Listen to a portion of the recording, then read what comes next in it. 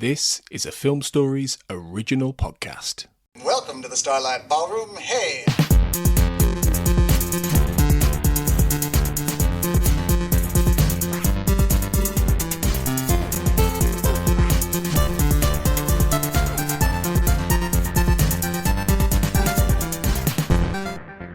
Hello everyone and welcome to Shipwrecked and Comatose, the Red Dwarf podcast here on the Film Stories Podcast Network.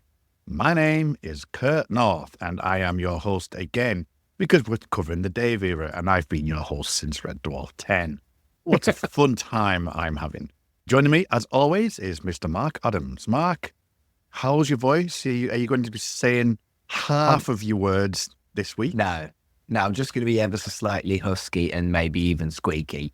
I did 4 wrestling announcing gigs in 2 days and we're recording the Monday after that. And I'm a bit, I'm still looking forward to talk about this. Yeah, that squeak. I did. Yeah, because I'm going to be squeaky. No, that was deliberate. I'm still looking forward to listening to Red Dwarf, talking about Red Dwarf. We started so well. Hiya, Colin. Hi, Mark. I like the fact that it sounds like your voice is breaking. So at the end of this, you're going to have a deeper voice. Yeah, it's going to be wanting his kids. He's going to be liking it. It's going to be like Barry White. Yeah. I'm all right. Hello, Colin. Hello. How's it going, mate? You all right? Yeah, not bad. Oh, cool. Nice to have you back on another Red Dwarf. Thanks. What do you think of Red Dwarf 12, friend? Yeah, it's good, isn't it? When we watched This it, episode isn't. I was going to say, this particular episode, I really liked. Well, I didn't really like, but I didn't have much of a problem with it the first time we watched it. Okay. On rewatches, we'll get into that. I know, we should. right? I think it's going to be an interesting debate today, for what you do. I think there might be some discussion points, to say the least. Other than Timewave, and obviously, what about the surrounding episodes? The episodes that you're not on, the prior and the 2 after these next 2 that we're going to do these next 2 weeks? Again, like we've said with all of the Dave series, they're better than I expected them to be. They're all of a generally higher quality than I thought they would be. Even this episode is better than some of the previous, well, at least one of the previous ones that we've discussed. Because it's not as bad as fucking Cryty TV, because nothing is. No. I'm sure we'll get into that. We're back again. We've got, we're literally halfway through the series now after this one. So Promised Land is around the corner. We keep talking about this Promised Land. So excited. It's edging ever so closer, minute by minute, isn't it? Just You shall. edging ever so closer. Yeah. We've told everyone we're doing it as a minute thing. I put it on Twitter, mate. I know you did. We've got to fucking make sure we do it in February now. I know. Yeah. That's exactly what I saw when I was like walking. Oh, he's put a date on it. Thanks, Mark. You all agreed to February. Yes, but life happens sometimes. I'm going to do lots of We them didn't anyway. agree, and we didn't agree to the press release. The press release, as if we're that professional. Well, I'd like to be, but I've got Mark, so I wouldn't. Professional is a word I hate. I know. Like we said off air, these are my favourite episodes to edit. When Colin and Mark are together, the derailment is guaranteed. Imminent. Inevitable. It is absolutely inevitable. So, without further ado, let's talk about the episode known as Timewave, which was aired on the 26th of October 2017 on Dave. You were able to see it earlier if you had the app. And at time of recording, Colin, Red Dwarf 12 and Red Dwarf 11 are now both off. Like literally yesterday. I was watching on the You and Dave streaming thing, which is a fucking stupid name. But yeah, yesterday I was watching it on there. I just went to put it on while I was setting up and it's only got up to Series 10. So, And no idea what's going on with that. Have 11 went missing when we were doing 11. Yeah. Perhaps they're doing it on purpose. Maybe they hate us. We have opinions. Maybe the contract is just being run out and they want to re-release it once the new 3-part comes out. Or that. But they got the Beep ones on, Dave, as well. Yes. They've got everything up to Series 10 at the moment. Or 10 will be going next, won't it? Yeah. And the Beeb have got everything series 1 to 8. Yeah. It's a completely different conversation, actually, but this is the problem with streaming television, that you just don't have where you think it's nice and comfortable. I mean, I know I've had my problems with the app anyway because it cuts massive things out, including things that's really important to the episodes. But, you know, this is why you need to have like proper, full-on things in your hand to be able to Physical media. Physical media. Yeah. Which I luckily have. I've got the Blu-ray of the Beeb, but I've not got any of the Dave stuff. Well, that's fine. Oh, because I've got what's the one, the crap one, Series 9. That's not called Series 9. Thank you. Yeah, but you know, you're new to the Dave era though, so I don't mind that. You know what I mean? I've got obviously bought them when they came out, so it's all good. But yes, we're here to talk about Timewave. It's certainly an interesting episode. Let's start from the top though, because they're on a planet or a moon, depending on what parts of the episode you're watching. I was going to say it changes throughout the episode. For a start off. But let's just call it Sunny Rim at the end of the day. No, Sunny Rim's the star. Sunny Rim's the star, yes. The moon is just Rimmer. Planet Rimmer, which is a good recurring gag, but it wasn't a planet at the beginning. Yeah. Okay. Oh, I see.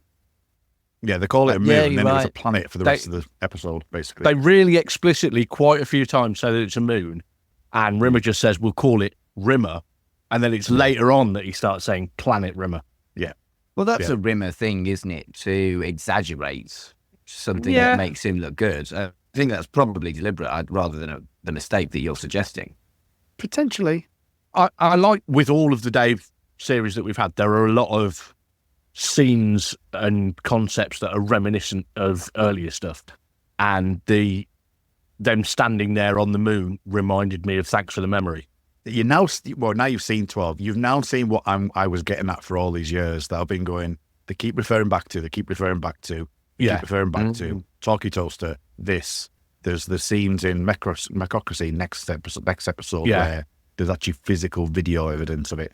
You know, and there's loads of things that they just keep going back and back and back to. And then you've got Skipper at the end of the run as well, which is basically just an absolute free-for-all. Oh, it's the greatest hits. Yeah. Yeah, exactly. Which just screams to you, we're not doing any more Red Dwarf. We're going to be very lucky if we get any more. But anyway, we are talking about this one. So the first thing I would say is helium-7 is the most valuable gas in the world. And Lister's delivery of so full of gas is brilliant. I did a bit of research on this bit. Okay. Colin and researching, never. Helium-7, I had to text my dad, who has a BSc, bronze swimming certificate, or a Bachelor of Science. Normal helium, that's helium-4. Helium-7, so that number in it is it's the atomic mass. It's a mass, isn't it? So how many electrons, isn't it? It's not the atomic number. It's the mass, which is the electrons added to the protons, I believe. Right, okay. I may have got this entirely wrong. You've done your research. You've got your book of encyclopedia there, haven't you? I've done my research, but I've written it in my notes, and I've written it really incoherently, annoyingly. Helium-7 is a fairly rare version of helium that's created in some nuclear explosions. And it is really unstable because it decays. It wants to decay down to helium-4, so it's radioactive. It gives off beta particles and gamma rays, and the reason things are radioactive is when they're trying to decay down to a stable sort of thing. So I'm not entirely sure that it would actually stay there, sort of that abundant anyway, because it would be decaying the whole time. Rimmer picking up the sand to transport helium-7 makes absolutely no fucking sense at all in any way, because the only time it can be a solid, so it's still a liquid at 0 Kelvin, which is minus 273 degrees C. That's absolute zero. Yeah, absolute zero. Yeah. It can become a solid slightly above that, but only if the pressure is 20 atmospheres. So really, really high pressure. And yeah, it didn't seem like that was the situation where they were on the moon. Okay. So they got the science all wrong. Well, that's why you hate this episode, then, isn't it? You liked it first time around, second time around, you just the science is all wrong. Yeah. That's it. Oh, yeah, that's why out. we hate this episode. That's why you're out. So thanks for your time, Colin, and we'll see you next week. Okay. Thank you. Wicked.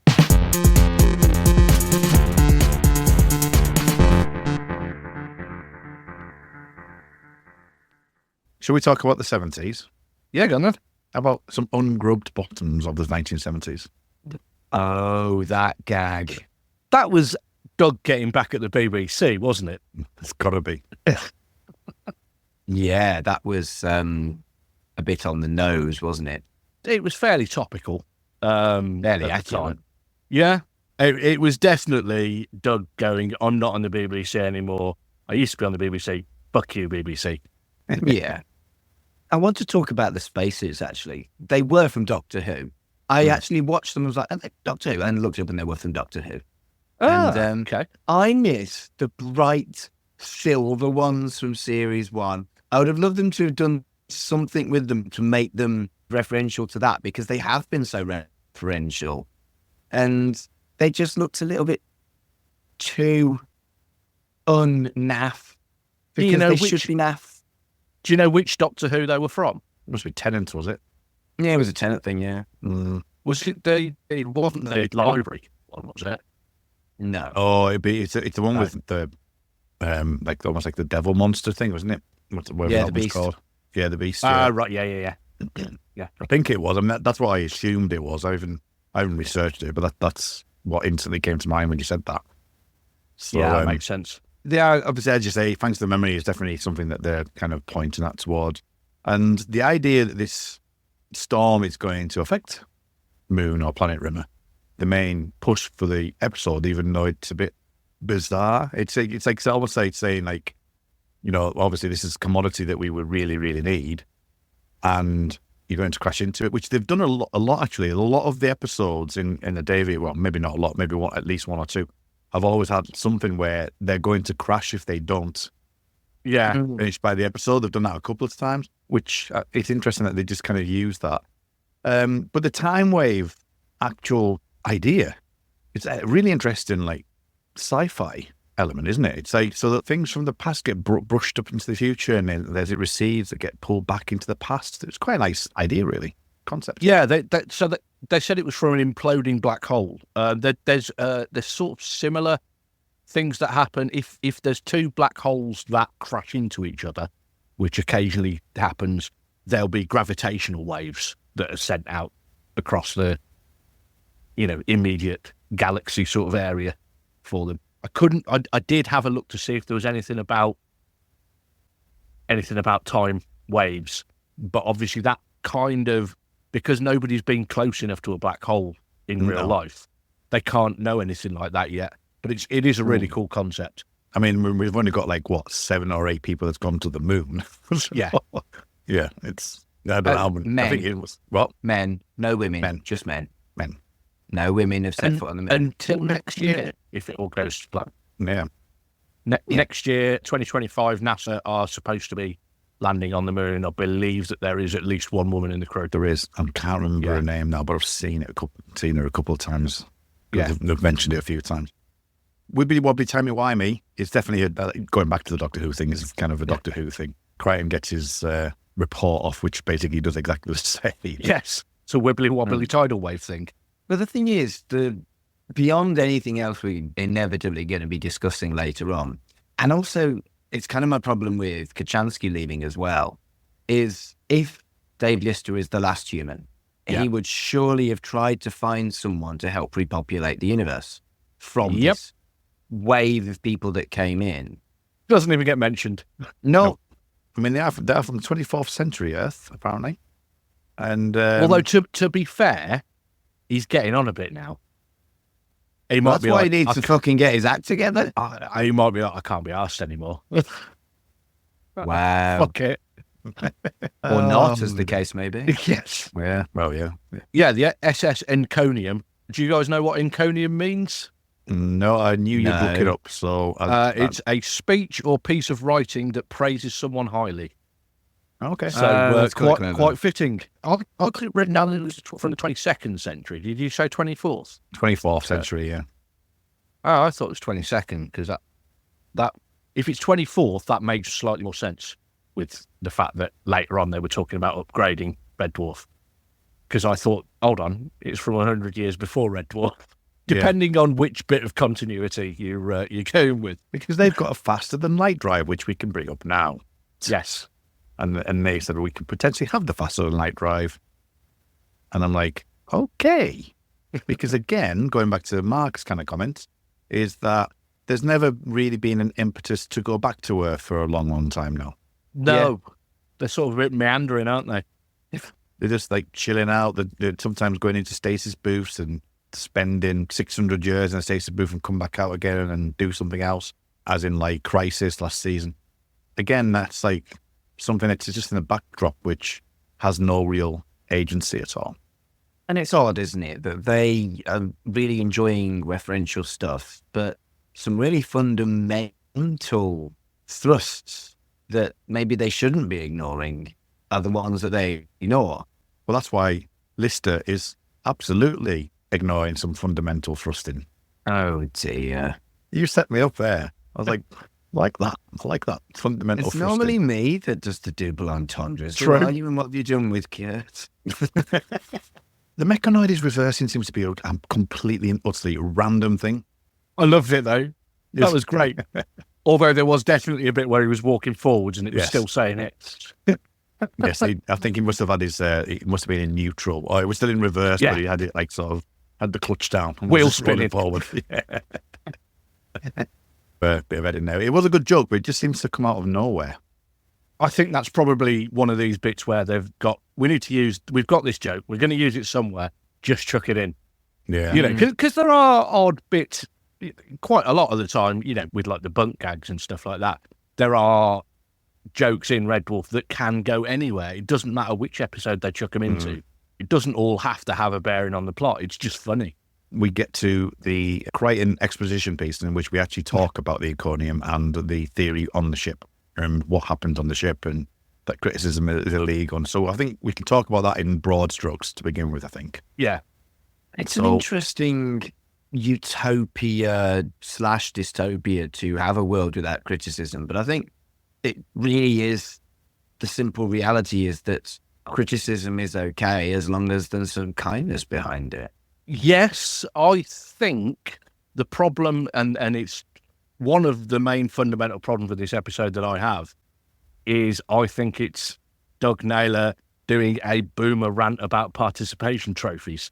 To be fair, and I'm going to cause a problem here, I think they're bollocks anyway. So in most cases, they don't exist. That's the thing. Yeah. It's people make a really big thing, and it's a total exaggeration, absolutely. My daughter's at school at the moment. She's never had a participation trophy for anything that she's, you know, they don't get that on sports day or anything like that. It's just not a thing. It may have happened occasionally.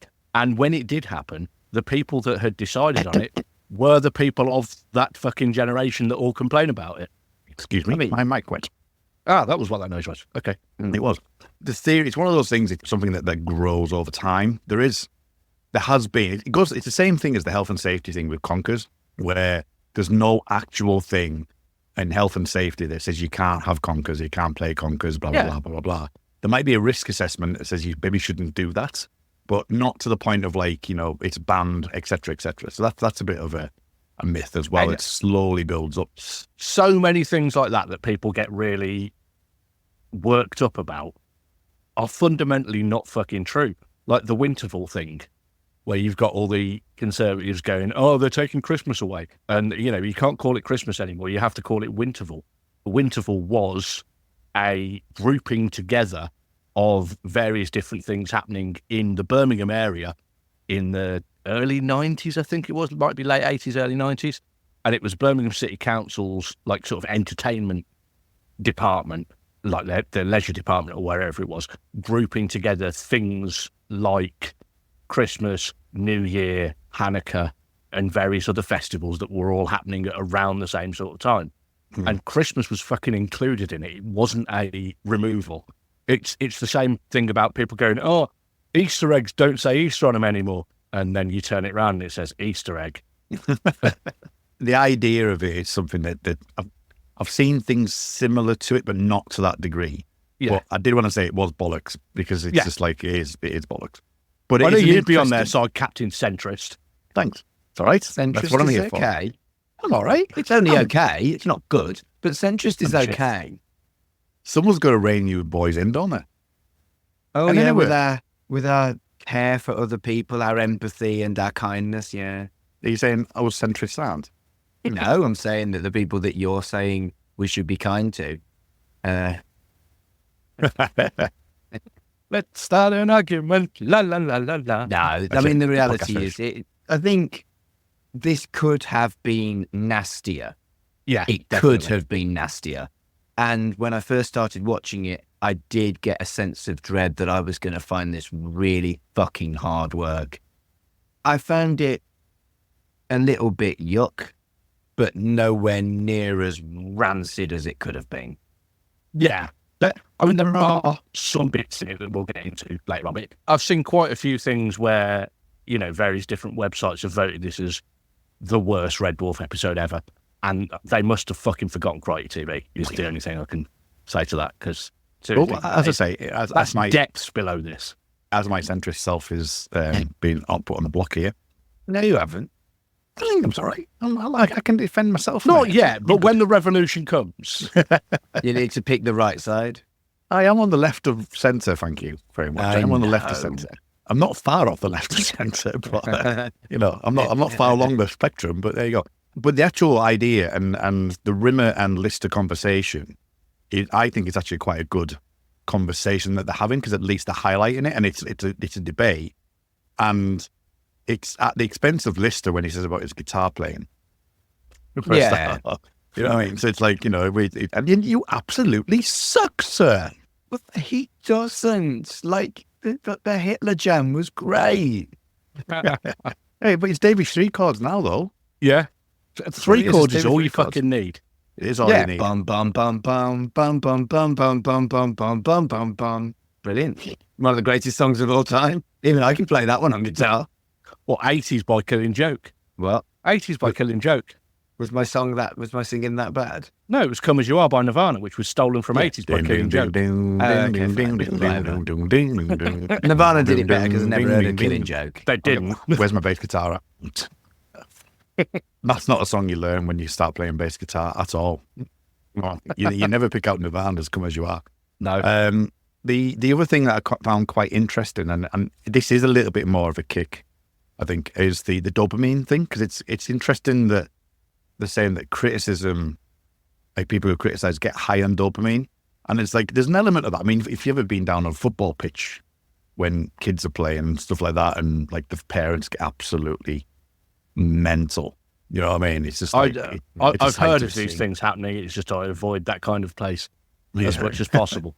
It can get a bit thing. And my current boss is a football coach as well, and some of the stories he's got, it's just like, and it is that dopamine hit. It's kind of like that, it's that attitude that, it's like a cycle, and then it just like builds and builds and builds and builds. So I thought that was an interesting comment about the criticism side of things, because again, I think if you're being kind to this episode, it's trying to be extreme to prove a point, but doesn't do it in the right way. If you see what I mean, I think it's trying to do that, and it doesn't really work. But I did think the dopamine thing was an interesting inclusion.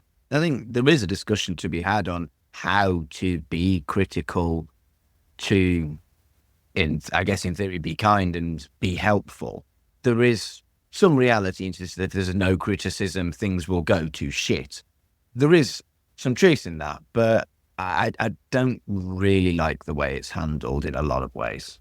I coach people, as in like at work and stuff, and you'd always like point them in the right direction. But I'm never really directly. I'm not a massive critical person because I don't like that kind of conflict anyway. So I kind of like sort of try and move the conversation into a more of a like, not the way that they do it here, but more of a like, well, have you thought about considering doing this way, or have you considered doing it that way, or you should be able to look at like a colleague of mine a few months back, where they were really struggling with the colleagues' issues. And I went, have you ever thought like trying to promote somebody from within that's got like aspirations? Have you asked them if they've got any aspirations? And all of a sudden we found one person looked after the team for 6 months while they're on school holidays because she was a teaching assistant. It just made absolute sense, you know. So it's that kind of coaching without necessarily being critical is certainly a good thing to do.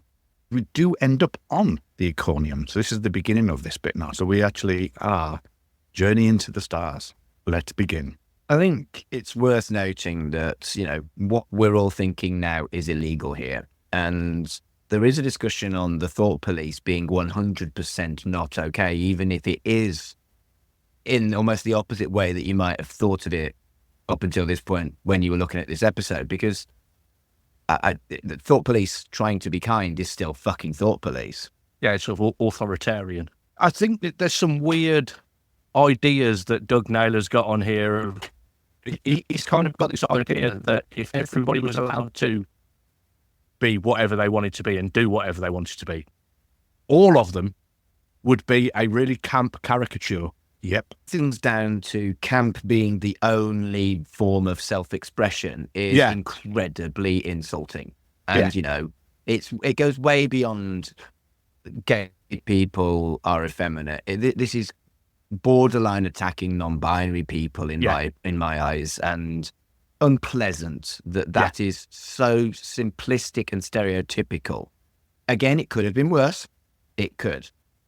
But it's not great. And it's disappointing because they're capable of so much better. Yeah. I would have much rather seen a more dystopic view of this, and like with a wide range of characters. That's it. It's not a wide range of characters at all, is it? No. When you look at that canteen, it's all sort of camp fancy dress is what every single person is wearing in there. Well, you'd think it'd be like a cacophony of everything. Exactly. You'd have goths in there. You'd have, metalheads. You'd have milfs. You'd have everything in there. Everything that everybody would want to be. Mechanoid Liberation Front, Mark, is what I'm getting at. Yes. Yeah. But I think with the history of persecution at camp people, and you can be homophobic to straight people that are camp. Yeah, it's perceived. The history of persecution isn't criticism, it's just cruelty, it's hate. Yes. And this, I would go as far as saying that perpetuates this, that the thing that has been persecuted, when it's allowed to be more expressed, is shit. Okay. Yeah. It's not quite as bad as some of the stuff we've seen, but it jarred me. Yeah. It definitely jarred me. And the episode is tone deaf, isn't it? Yes. And the episode is less funny regardless of this problematicness. So that doesn't help either. As I say, it goes to the point, like, so if you directly aiming it at criticism, like some of the jokes could still work, like the hairdressers being the lift engineers being the such and such. Like lifting engineers, could be whoever they were, as long as they had like a badge on them, where they could identify them as whoever they were. Then there could be, as I say, like just a wide range of people. What I mean? So you could have like chefs in chef whites trying to fix a lift. That would be something funny. That would work a lot better. It's stuff like that, I think, is where they've gone wrong, because it, like, or even like lifts. Well, again, same thing, isn't it? Lift service people in lift uniforms, in overalls, in a hospital. Science fiction, the best science fiction, uses the future as a metaphor for modern society to expose what's wrong. And it's clear that this is trying to expose something that isn't wrong. People should be able to express themselves without scorn or ridicule. But it's taken it to a point where it's not a clever science fiction concept. It just borders on the cruel. What did you make to Ziggy's comment about Lister's accent? I hadn't really got any thoughts on that. I've not made any notes on it. No. Because they're kind of always wrong at the time. I said, "Oh, I love your accent," and I thought, "Okay, that's interesting." He's got an American accent. American people, if they hear someone with an English accent, quite often will say that. That is true. What about Ziggy himself? Because not the captain. Not quite sure what Ziggy is. I think I read that there was a deleted scene or something where he was revealed to be the captain. It was either a deleted scene or it was somewhere in the script or something like that. Because there's no other sort of high rank mentioned anywhere else in the episode, is there? Ziggy has the power later on to repeal and put back rules that they have. So he's got to be fairly high up. He didn't have to go to a committee or anything to do that. It just feels like they might have had a good idea if they'd have done it in a much more sophisticated way than this essentially puerile look. I feel like it's one that should have been cut and replaced like the gay ray idea that they had earlier on in Red Dwarf. Yeah. It's just a bit icky. Here we go.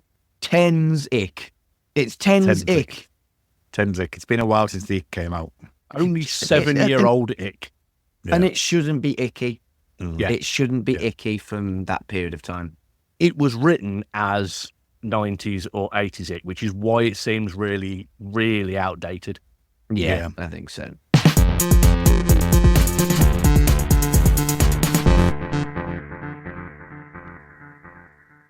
Should we talk about Johnny Vegas? We've got the canteen before that, haven't we? Well, we have, but I was like, no, I don't really want to talk about it. All right. I just wanted to know the why conversation along a bit. There was a Fender Mustang that sounded like a MIDI piano, but okay, fine. No, that's fine. It's all right. That's just okay. Cause it's all that was wrong. all I needed to say. All wrong, Colin. Is he not using like some sort of line 6 pedal or something to modulate it? It didn't have a MIDI pickup on it. I did look because I'm a fucking nerd. You really are. But yeah, all right. So anyway, Johnny Vegas turns up. No, I want to talk about what they do on their way to Johnny Vegas, actually, because it's completely and grossly out of character for the crew of Red Dwarf. Particularly Lister is meant to be the moral compass. He's meant to be a decent human being. And on the click of a finger, after a hologram who isn't actually hurt, because he's a fucking hologram, gets tea on his dick, they just decide to completely abandon these unsalvageable people that they've decided are unsalvageable. And it's gross, and it's not Lister. It's horribly out of character. It's not the only out of character bit. There's another bit. Like, disagreeing with someone's philosophy and culture does not mean that they deserve to die. It's gross. No. It's wrong, and it's just not Lister. That's not my Lister. Yeah. Well, him saying gross as well, the fact that he says, like, well, we didn't know this food's gross, blah, blah, blah. There's no, build up to that. It just happens. It's not as if there's been a number of different things that have led to warm goat salad doesn't sound that bad either. I mean, I don't want the sprouts with the processed sausage, but I'll have the sausage. You look at something, 7 years later, the Shooty Gatwa episode where he tries to save the racists. Yeah. That is done with real love, feeling, and decency, and just really gets it so right. Yeah. And these people haven't actually really wronged the crew of Red Dwarf, really. They just do something dumb. They don't do something actively prejudiced towards them. I mean, there's only really, the only interactions they've had is Ziggy, who's a little bit annoying, and the slightly incompetent waitress. Yeah. Incompetence isn't cruel, isn't... Exactly. It's just... That's what I mean by the whole Lister thing, if we're just looking just purely at the Lister bit, where it's like, this food is gross, come on, we're getting out of here. It's like, where was the build-up to that?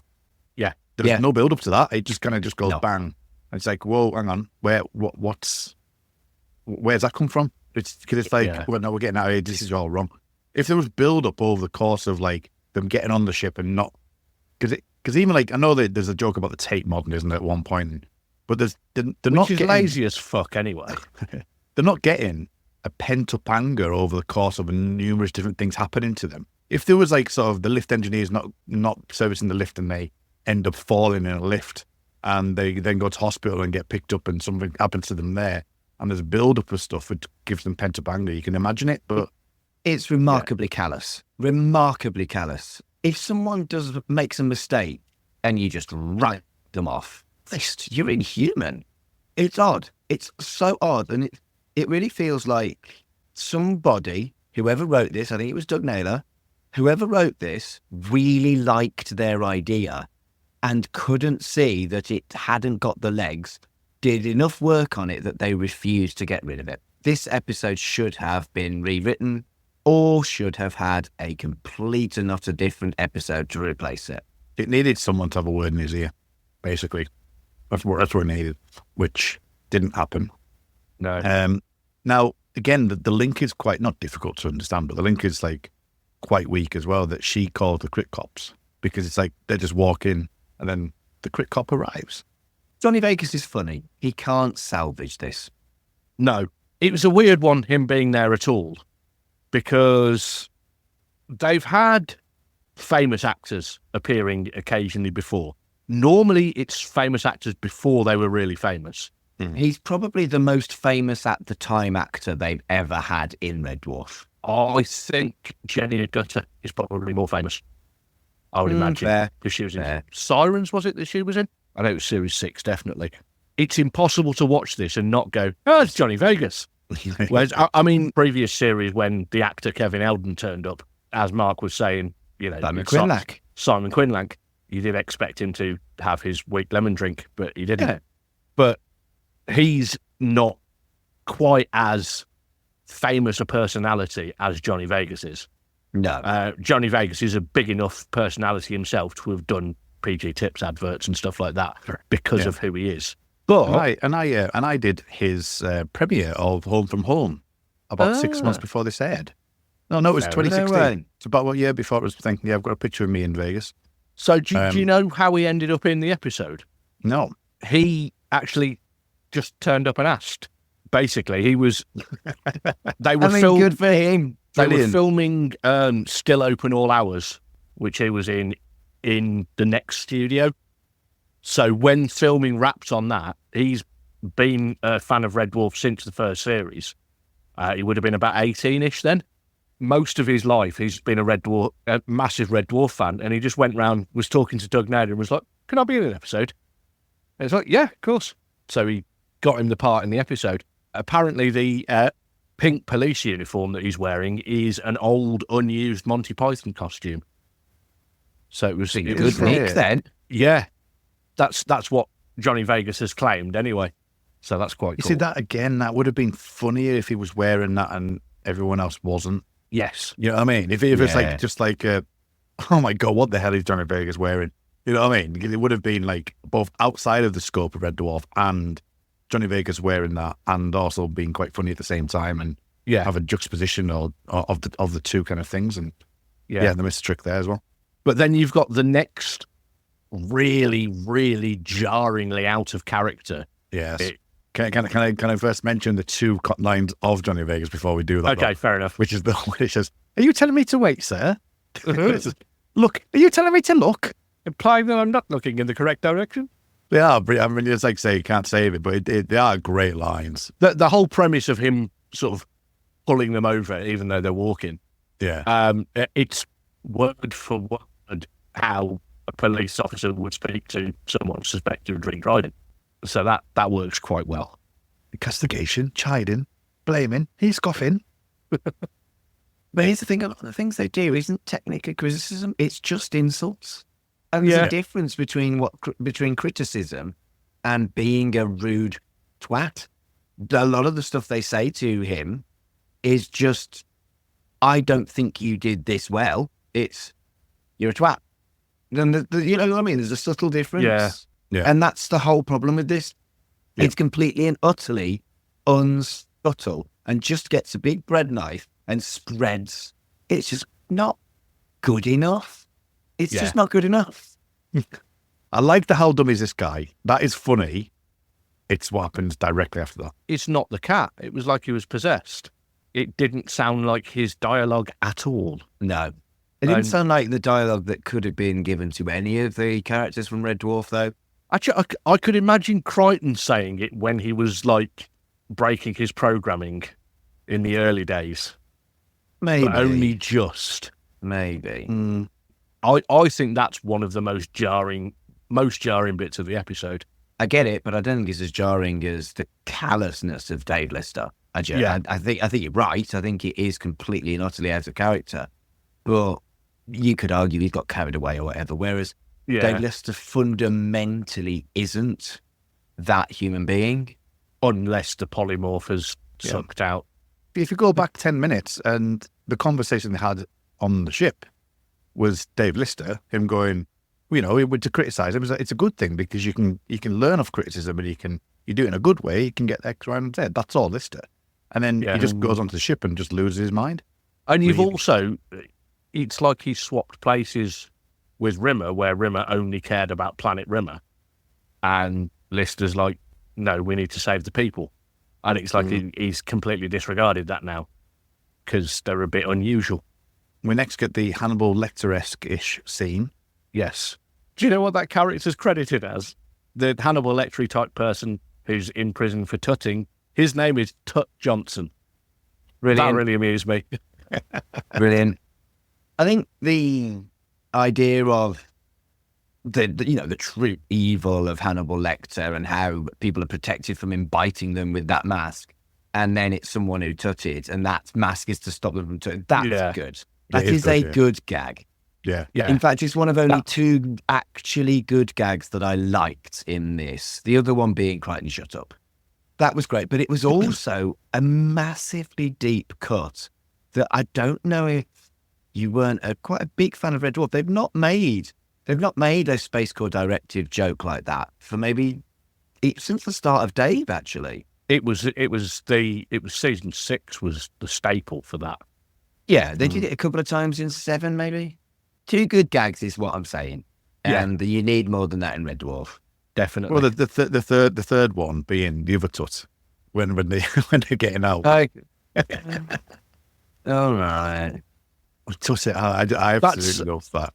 That actor, by the way, Joe Sims, who's done the main things he's done is lots of Doctor Who, Big Finish audio stuff. Okay.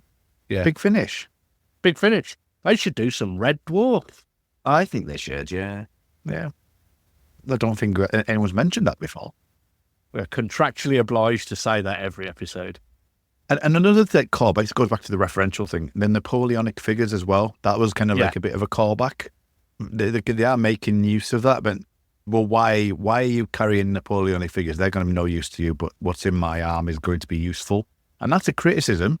It is more, I think, more geared towards, look at this, remember Marooned? Yeah. The Older Eaters joke doesn't land either with the shoes. That doesn't land. The Helium-7, obviously, is quite explosive, as Colin pointed out. I'm not sure if it is explosive. It's radioactive. It's radioactive. But I don't know about its explosive properties. Helium generally isn't, whereas hydrogen is. That's why. No, helium is what we're expecting Mark's voice to be by the end of these 2 sections. Honestly, I've not been as squeaky as I thought I was going to be. It's quite disappointing. But Kurt's doing the edit, so we could always pitch shift you up. Wow. Pitch it up. All of this is just going to be like sort of like Cat when he dances in Red Dwarf. With Cat and Dog. Shift it up by about 6 semitones. I could pitch it, but you can get those things like on Virtual DJ where you can pitch it up, but actually keep his voice the same speed. Do you know what my response to this entire conversation is? What? Mark, looking down the lens of his webcam in utter disgust, starts to display his middle finger before saying, "Shut up!" Crichton, shut up. Do you not think that the classic Crichton line though is a funny joke? So when circumcisions go wrong. Yeah. No, and we've got Mark's not in a good mood. Mark, no, grump. Can't. I am in a grump because not only is this just a poor choice of people to attack, it's not funny. It's not. No. We got a good one next week though, so we do. Don't unsubscribe. It does feel like the whole thing. It's just to lead up to the Blofeld gag, which isn't as good as it should be either. Should we go to the Blofeld gag? It's another Rimmer. Right. Why doesn't he have an H scar? It's an R scar. It An should R be an scar? H. You don't want an R scar. R, the letter R. The But letter because it's R. his inner critic, he wouldn't have a H, would he? Because that's on the outer. It's his inner His inner critic would have been there before he died and got hologrammed. hologram in. Because he failed. He just didn't succeed. True. And it does feel like the whole Extractor and Blofeld could have been great. And it just fell flat for me. He does a good version of it, though. Yeah, The makeup looks great. And he does, like, the way he's, like, he delivers the lines and stuff. It's really good. Yeah, Chris Barry does a great job with what he's given. Great. But it's just... Look, we've completely skipped over the worst part of this scene, though, which is the bit where Rimmer is talking about his brothers giving him sex advice and said, concentrate on the clitoris. And he thought the most important thing was to spit on her wrist. That joke sounds like it was written by an 11-year-old with a shit sense of humour and no joke writing skills. It might be the worst joke they've ever done. It's the worst joke in Red Dwarf history. I'm absolutely fucking convinced of it. I don't understand why Chris Barry, when getting the script, didn't go, I'm not saying this is shit. What the fuck? He fucking tries. He puts his all into it. Yeah. But it's... Because it's got to be the cadence, hasn't it, to try and get it to actually rhyme and to line up. But yeah, so anyway, Rimmer's inner Blofeld turns up. The fact that you've got this inner criticism monster that gets destroyed by Rimmer's criticism and cynicism is very Red Dwarf. I just didn't fully succeed. Yeah. That's really horrible. Yeah, that's fair. And that perhaps is the only thing that does work in this episode. With his voice pitching up and up and up, like Mark's voice. I'll get in the sea. Get in the sea. That's what it's going to sound like by the end of it. Get in the sea. Just increment the it's not me that's high pitched at the moment. It's both of you with your fucking laughing. Yes. The other kind of Red Dwarf thing, which it's like 5 words. I think it's like 5 words. And it doesn't work because you've not had anything from Lister at all during the rest of the episode. He said you can't tar all criticism with one brush. Where was all of the back story of that?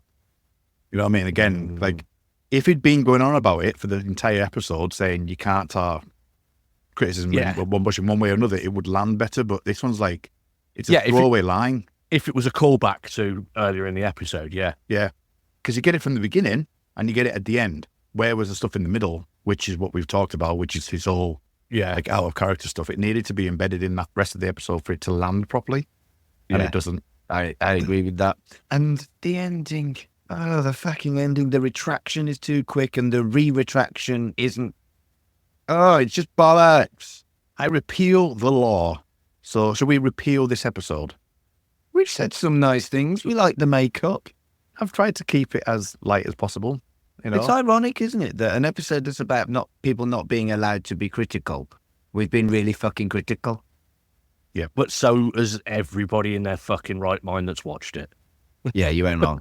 You've even got the centrist in us all talking about it. Look at that, Look at that. I said, hey, you lefties. When we watched it as a group all together, on my first watch, I quite enjoyed it. I didn't hate it at all. And then as soon as you start putting any sort of thought and analysis into it, it completely collapses. And you start to notice the really nasty undertones to so much of the episode, which is really disappointing because we know that they can do so much better, like they will do in the next episode next week. What I will say to try and be as thing as possible.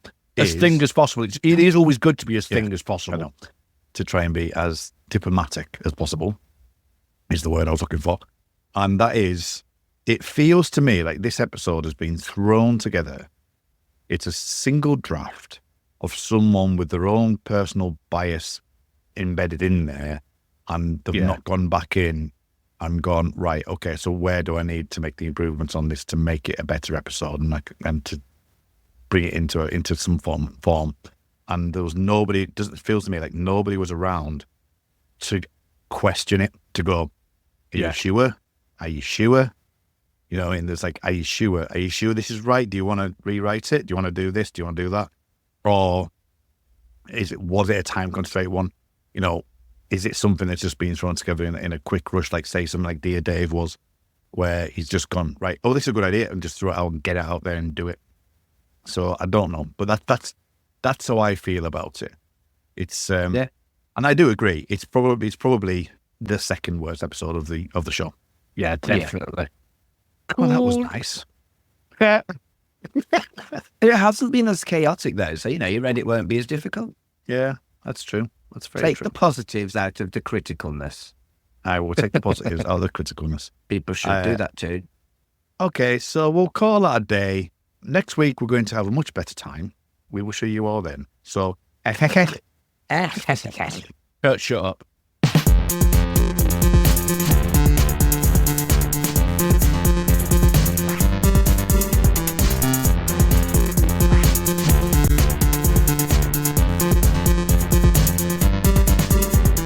Shipwrecked and Comatose is a podcast brought to you by the Film Stories Podcast Network. the show was created and produced by Mark Adams and Kurt North. The logo was designed by Carl Bryant, and the theme tune was composed and performed by me, Colin Jackson-Brown.